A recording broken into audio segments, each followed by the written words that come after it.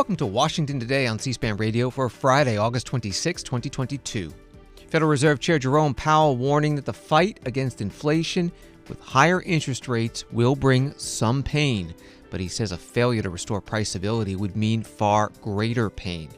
Fed Chair spoke at the annual economic conference in Wyoming. Justice Department releases on court order the affidavit used to obtain a search warrant for former President Donald Trump's Florida home, with portions redacted. The affidavit says the FBI says there was probable cause to believe that classified national security materials were improperly taken to unauthorized locations at Mar-a-Lago, and the search would likely find evidence of obstruction. On this Women's Equality Day, anniversary of the 1920 adoption of the 19th Amendment to the Constitution, guaranteeing women the right to vote, President Joe Biden meeting at the White House with state and local leaders about protecting and expanding access to abortion. It's been exactly 1 year since a terrorist bombing near the Kabul, Afghanistan airport killed 13 U.S. service members during the U.S. withdrawal. We'll hear from the White House and a Republican congressman who's an Army veteran. Plus a monkeypox update, some questions about racial disparities and who is getting the vaccines, and NASA previews Monday's launch of Artemis 1, beginning the U.S. return to the moon after 50 years. Federal Reserve Chair Jerome Powell, writes Associated Press, delivered a stark message Friday. The Fed will likely impose more large interest rate hikes in coming months and is resolutely focused on taming the highest inflation in 4 decades. Powell also warned more explicitly than he has in the past that the Fed's continued tightening of credit will cause pain for many households and businesses, as its higher rates further slow the economy and potentially lead to job losses. Fed Chair Powell spoke at the annual economic symposium in Jackson Hole, Wyoming. The burdens of high inflation fall heaviest on those who are least able to bear them. Restoring price stability will take some time and requires using our tools forcefully to bring demand and supply into better balance. Reducing inflation is likely to require a sustained period of below-trend growth. Moreover, there will very likely be some softening of labor market conditions.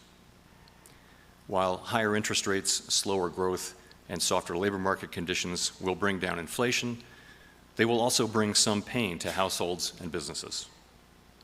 These are the unfortunate costs of reducing inflation. But a failure to restore price stability would mean far greater pain. The U.S. economy is clearly slowing from the historically high growth rates of 2021, which reflected the reopening of the economy following the pandemic recession. While the latest economic data have been mixed, in my view, our economy continues to show strong underlying momentum. The labor market is particularly strong, but it is clearly out of balance, with demand for workers substantially exceeding the supply of available workers. Inflation is running well above 2%, and high inflation has continued to spread through the economy. While the lower inflation readings for July are certainly welcome, a single month's improvement falls far short of what the committee will need to see before we are confident that inflation is moving down. So, we are moving our policy stance purposefully to a level that will be sufficiently restrictive to return inflation to 2%.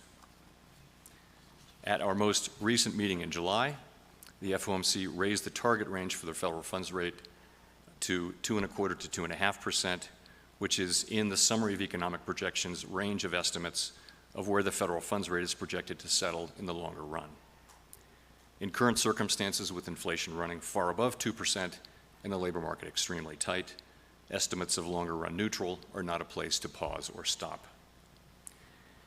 July's increase in the target range was the second 75 basis point increase in as many meetings, and I said then that another unusually large increase could be appropriate at our next meeting. We are now about halfway through the intermeeting period. Our decision at the September meeting will depend on the totality of the incoming data and the evolving outlook. At some point, as the stance of monetary policy tightens further, it likely will become appropriate to slow the pace of increases. Restoring price stability will likely require maintaining a restrictive policy stance for some time. The historical record cautions strongly against prematurely loosening policy.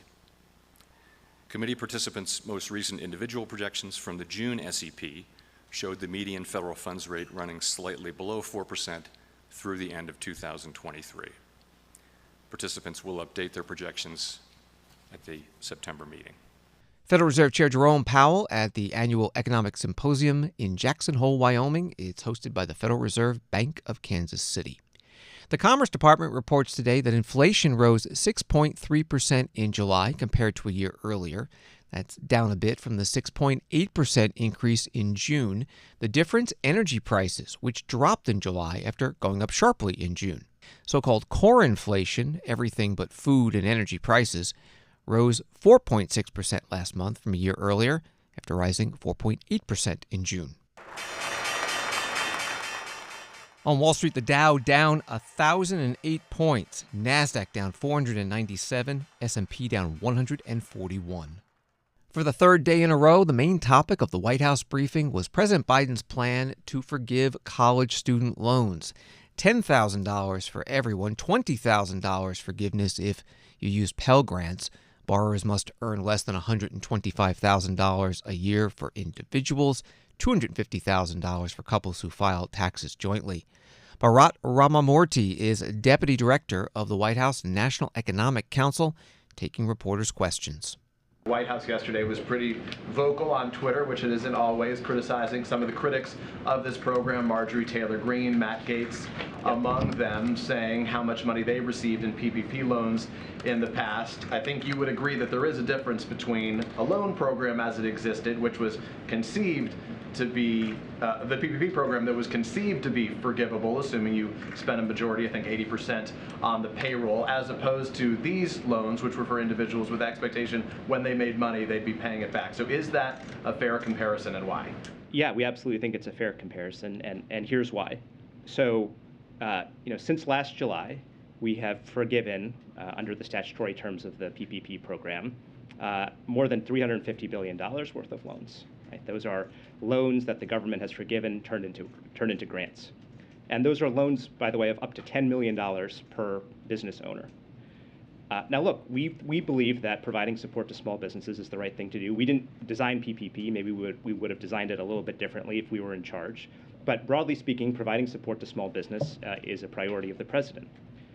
But look, has any Republican in the last year stood up and said, inflation is really high, you guys should stop providing this loan forgiveness to PPP recipients. You should slow it down, or you should change the rules because it's unfair that these people should get up to $10 million in grants. No, in fact, it's the opposite. The pressure that we've gotten from Republicans on the Hill has consistently been do this faster, make it easier for people to get forgiveness. So our view is, why is there a double standard here? Why is it, from the perspective of Republicans, great to forgive a loan of up to $10 million to a business owner, but if we want to provide $10,000 or $20,000 in loan relief to a teacher or a bus driver or a nurse, all of a sudden it's socialism. That's what doesn't compute from our view. We don't think that that's consistent. Bharat Ramamurthy, Deputy Director of the White House National Economic Council, with reporters in the White House briefing room. A story at Fox Business, an analysis released Friday by the University of Pennsylvania's Wharton School for Business, said President Biden's latest student loan forgiveness plan could end up costing the government up to $1 trillion over a 10-year period.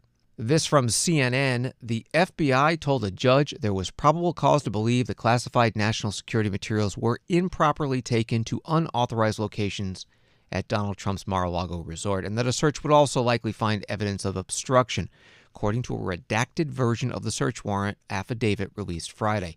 The affidavit was one of the documents the Justice Department used to justify the FBI's extraordinary search of the former president's Florida home as part of an investigation into obstruction of justice and mishandling classified material that could put national security at risk. CNN article goes on. Investigators argued that they needed to conduct the search after they found classified materials in boxes already recovered from Mar-a-Lago, including files that could compromise clandestine human sources or overseas intelligence gathering tactics if they were disclosed. The White House Press Secretary Karine Jean-Pierre asked by reporters for comment, but said they would not give one. Does the president believe it was appropriate for the former president to have classified information and unsecured in his home?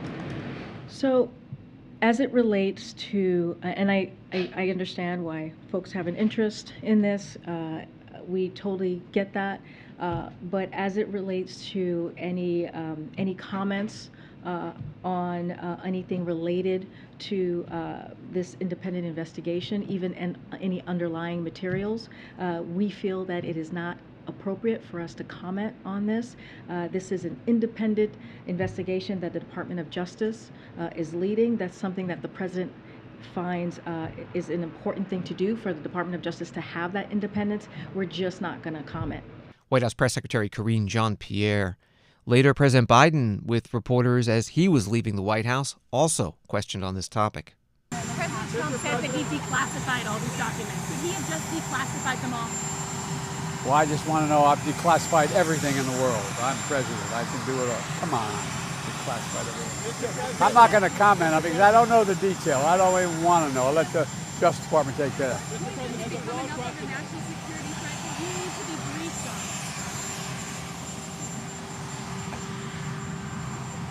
Mr. President, in simple terms, is it ever appropriate for a president to take home with them classified and top secret documents? Depending on the circumstance. For example, I have in my home a cabined off space that is completely secure. I'm taking home with me today today's PDD. It's locked. I have a person with me, military with me. I read it, I lock it back up and give it to the military. Without a specialized area in which to receive classified documents, is it ever appropriate for a president to bring classified and top-secret documents home with them? It depends on the document and it depends on how secure they're bringing it. President Biden on the lawn of the White House, leaving for Delaware for the weekend. You could hear the helicopter in the background. The Senate Intelligence Committee Chair, Mark Warner, Democrat from Virginia, putting out a statement. It appears, based on the affidavit unsealed this morning, that among the improperly handled documents at Mar-a-Lago were some of our most sensitive intelligence, which is one reason the Senate Intelligence Committee has requested, on a bipartisan basis, a damage assessment of any national security threat posed by the mishandling of this information. The Department of Justice investigation must be allowed to proceed without interference.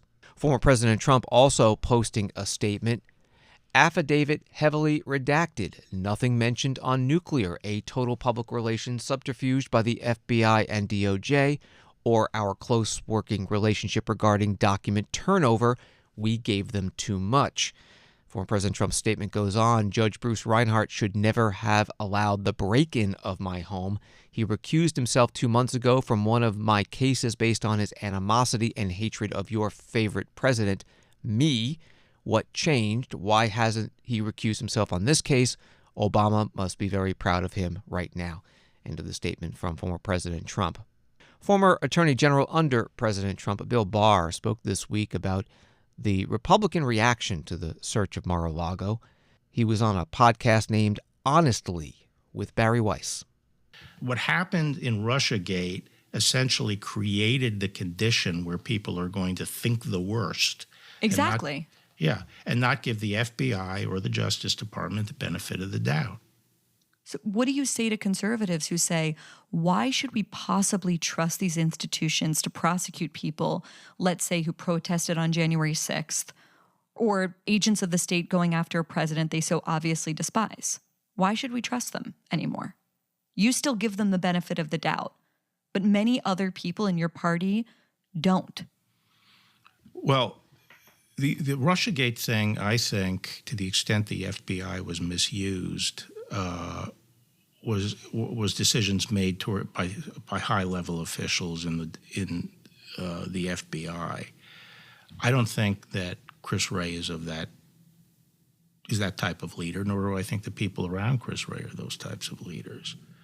I think there are problems in the FBI, but it's not that. It's not that Chris Wray is going to wake up and say, how do I throw the FBI's weight around to interfere in the political process? Just the opposite. I think he's very cautious about that. And in the department, it's spotty. There's some people who in the career ranks that are partisans and can't check it at the door, and there are others that do. with respect, that's sort of an unsatisfying answer to the Republican who I'm sure comes up to you all the time. You're one of the most prominent conservatives in the country and says, why should I trust these people anymore, Bill? Well, what's the alternative?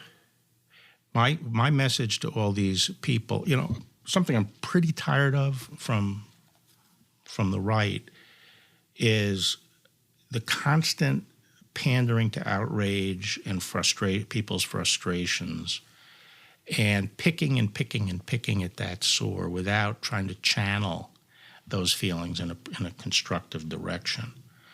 In my opinion, Ronald Reagan was a great populist, not because he followed the frustrated instincts and the outrage of many people who supported him, but because he channeled it and was constructive about it.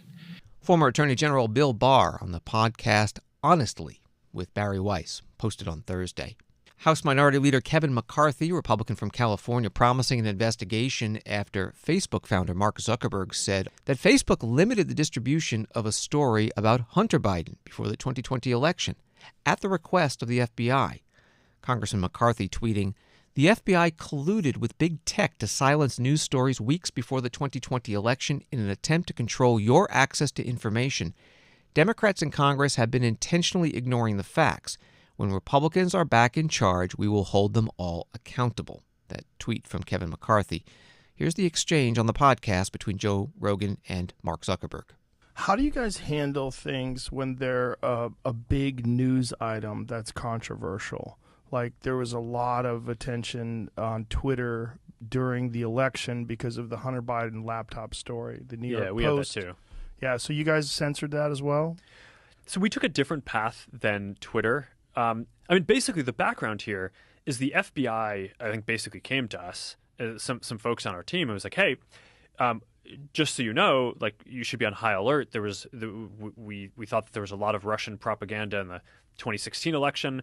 We have it on notice that basically there's about to be some kind of dump of that's similar to that. So just be vigilant. So our protocol is different from Twitter's. What Twitter did is they said you can't share this at all.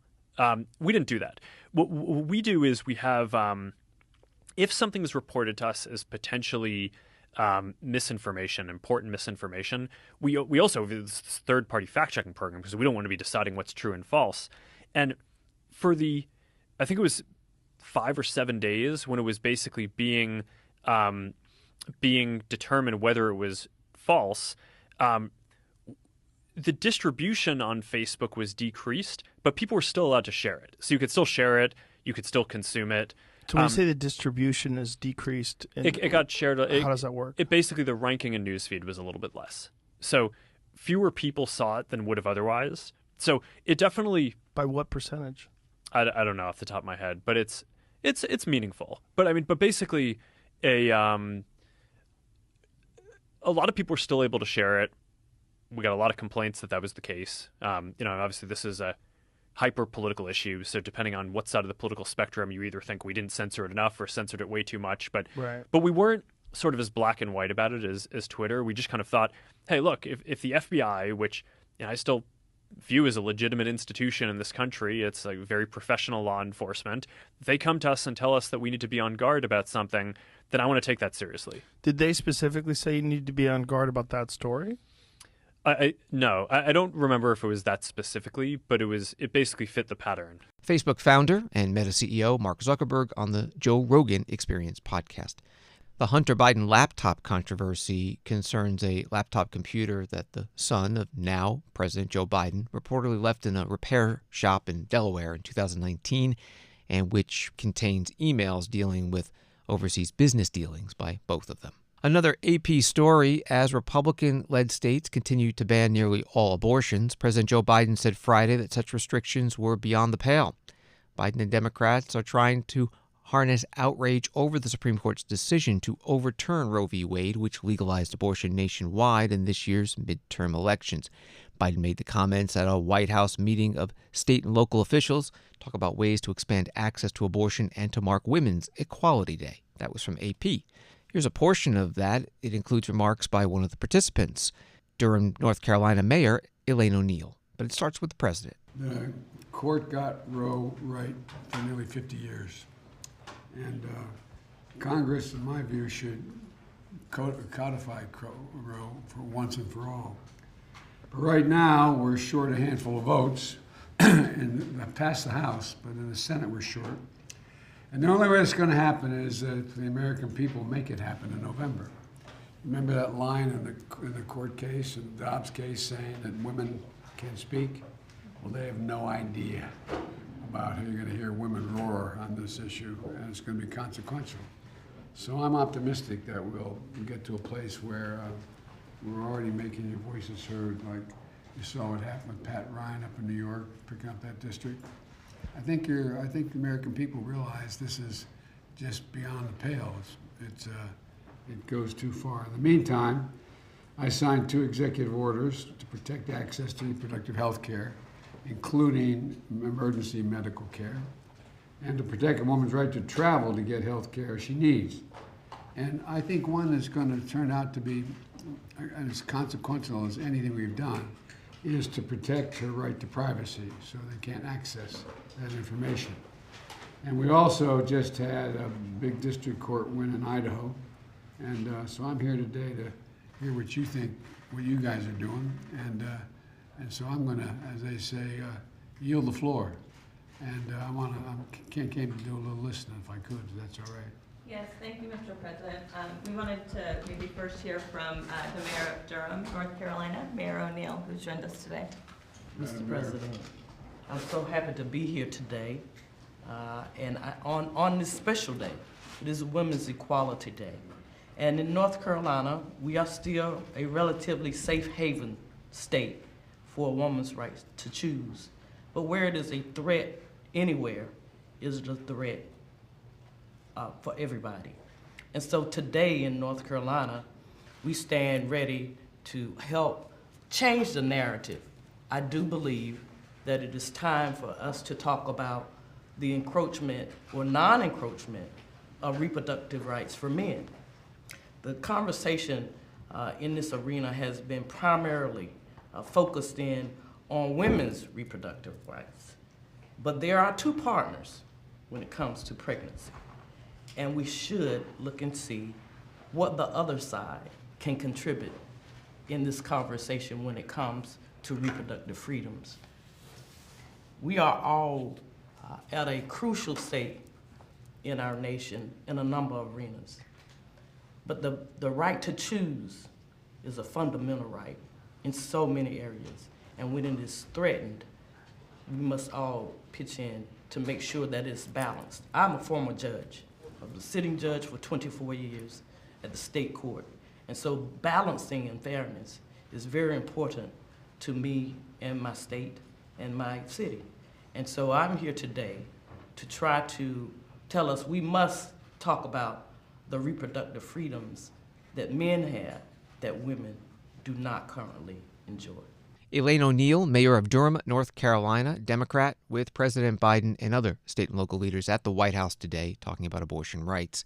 Women's Equality Day today commemorates the adoption in 1920 of the 19th Amendment to the U.S. Constitution, prohibiting denying the right to vote based on sex. Women's Equality Day first celebrated in 1971, designated by Congress in 1973, and since then proclaimed each year by the President. Washington Today continues in a moment. There are a lot of places to get political information, but only at C-SPAN do you get it straight from the source. No matter where you are from or where you stand on the issues, C-SPAN is America's network. Unfiltered, unbiased, word for word. If it happens here, or here, or here, or anywhere that matters, America is watching on C-SPAN. Powered by cable.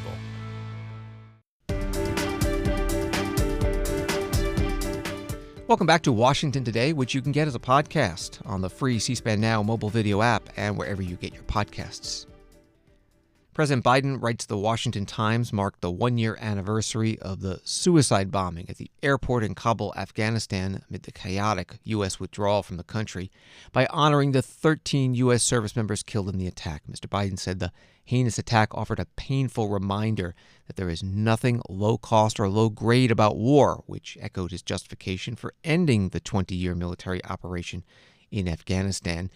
The article from the Washington Times has more from President Biden's statement. Our nation will forever mourn their sacrifice and honor the memory of those 13 precious souls stolen from their families, loved ones, brothers and sisters in arms far too soon while performing a noble mission on behalf of our nation. Republican Congressman Mike Waltz of Florida, Army veteran, telling Fox News that the Gold Star families of those killed in the Kabul airport attack that he's talked to are angry at the Biden administration. They have a number of rightful questions that haven't been asked about Bagram Air Base, about the fact that the suicide bomber was let out of prison at Bagram Air Base just a few weeks prior to the suicide bombing, and a number of other questions pertaining to the total lack of planning as was evidenced by this debacle of a withdrawal. So that's one, the questions that haven't been answered. But as you pointed out also, the zero accountability. Not one official, not one military officer has been relieved, has resigned, or been fired. And then I think the thing that just puts these Gold Star families over the edge is to see the commander-in-chief, to see Joe Biden standing before the nation and the world and saying this was an outstanding success. Nothing went wrong. And again, to not be answering their questions is just a slap in the face, many of them feel. And then you've seen the interviews with them where they're saying that, in dealing with the president, he was talking about his son rather than their loved one.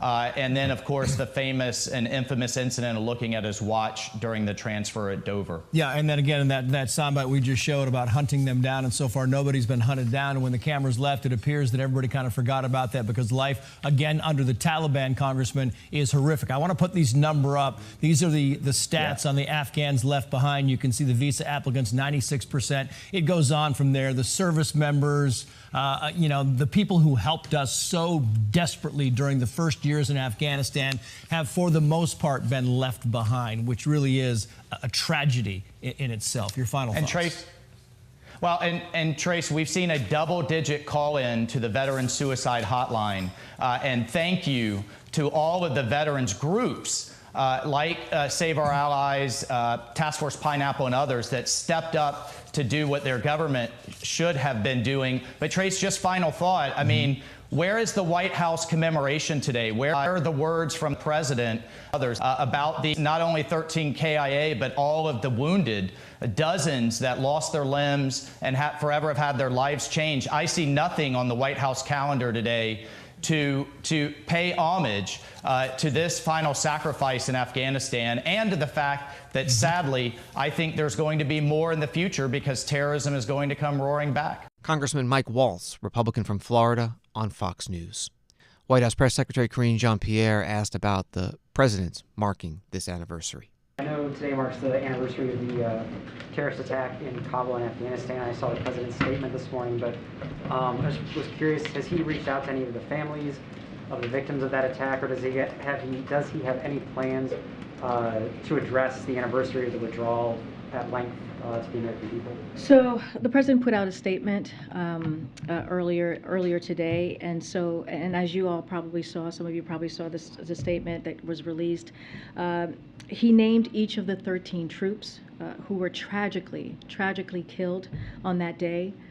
The president feels deeply about the loss that was suffered 1 year ago. And as he said in that statement, he feels strongly that we owe their families support for the rest of their lives. That is something that he's committed to. We are never going to stop seeking justice for those who were involved in planning of that attack, or for terrorists who threaten our homeland on any other day. So no president feels more strongly about our troops and their families than this president. And he and the First Lady have taken action to support our service members and their families through joining forces and signing the historic burn pits legislation that, as you all know, expands benefits for veterans, and it was incredibly historical. Again, I point you to the statement. I don't have anything more to share. I will take one last question. Somebody I haven't called on.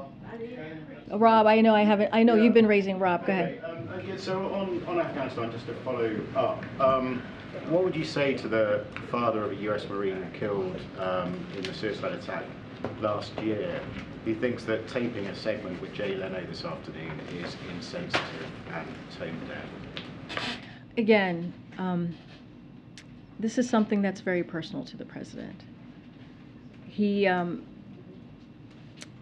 It was a tragic killing on that day. 13 members were lost, as well as 170, more than 170 lives of Afghan lives. So this is incredibly important day that he wants to make sure that he acknowledged, which is why he put out the statement.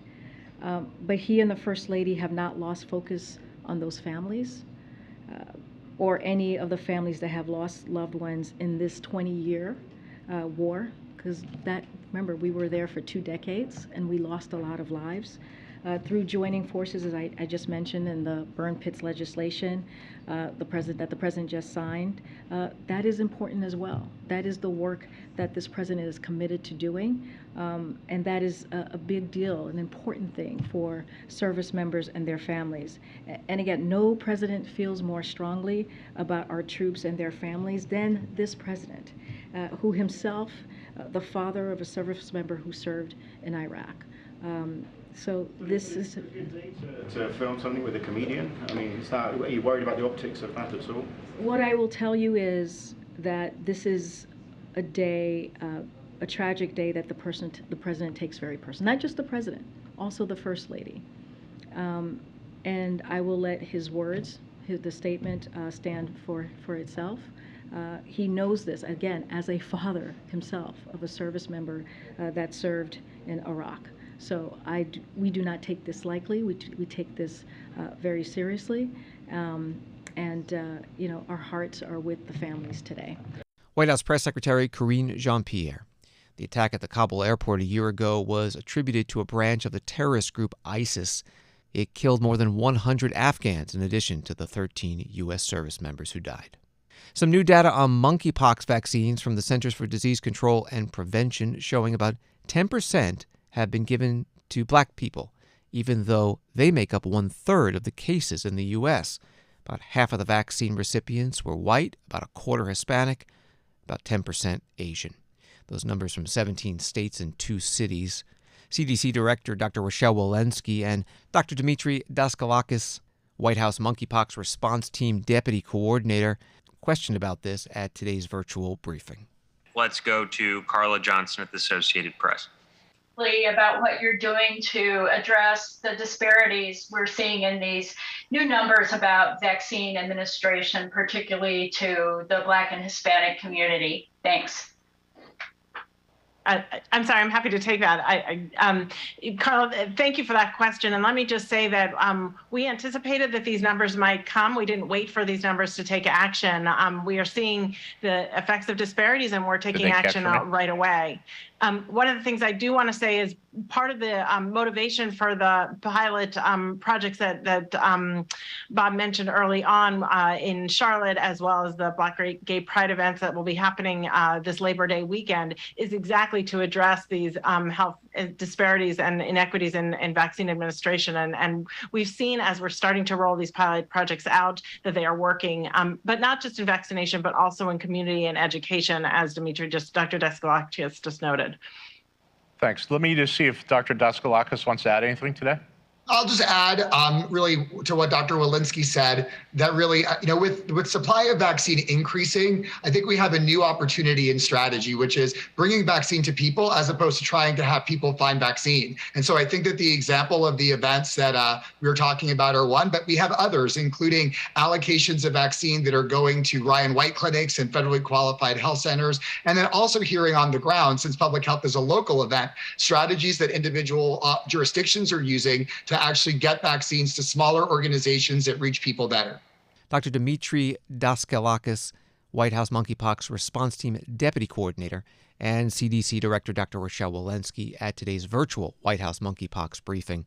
Total U.S. monkeypox cases now over 16,000, a third of the worldwide total. The CDC says that those at highest risk of catching monkeypox include an estimated 1.6 million men who have sex with other men, and that there is enough vaccine currently available for them. The U.S. space program's return to the moon, and according to the plan, then on to Mars, starts on Monday with the scheduled launch of Artemis 1.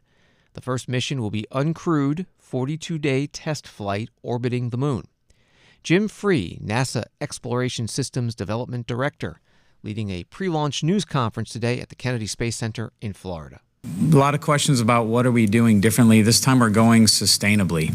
We want to stay on the lunar surface and learn on the lunar surface so that we can get the most science and know how we're going to go to Mars. I talk about science. Science is first in what we're doing. On Apollo, we did incredible science at the equator. This time we're going to the South Pole. There's much to learn at the South Pole, and it is truly our focal point. And this is our exploration system. I hope that everyone takes some pride nationally for what we've been able to do and where we are today. It's not been without difficulty, but today we're here to talk about the successes we've had of getting to the pad and developing this hardware for our long-term exploration program. And we are a hardware-rich program. That does not happen in NASA all that often. Just a few miles from here, we have the Orion crew module for Artemis 2. We have the crew module for 3. You'll hear about the development going on those, on the core stage for future missions, on the advanced programs we have. So hardware-rich is a great place to be. Artemis 1 is that first step down this path. When we talk about sustained exploration on the lunar surface and getting onto Mars, Artemis 1 is that step. Jim Free, NASA Exploration Systems Development Director, at a news conference at the Kennedy Space Center in Florida, joined by other NASA officials and also representatives of private companies like Boeing and Airbus that are partnering with the U.S. government for the Artemis missions. Artemis 1 blasts off on Monday. Vice President Kamala Harris chairs the National Space Council. She's expected to be there in Florida and also make some remarks and get a look at preparations for Artemis 2 and 3. Thanks for listening to Washington Today. Sign up for C-SPAN's evening newsletter, word for word, to get more of Washington's top stories sent to you every day. Subscribe at c-span.org/connect. Have a good night and weekend.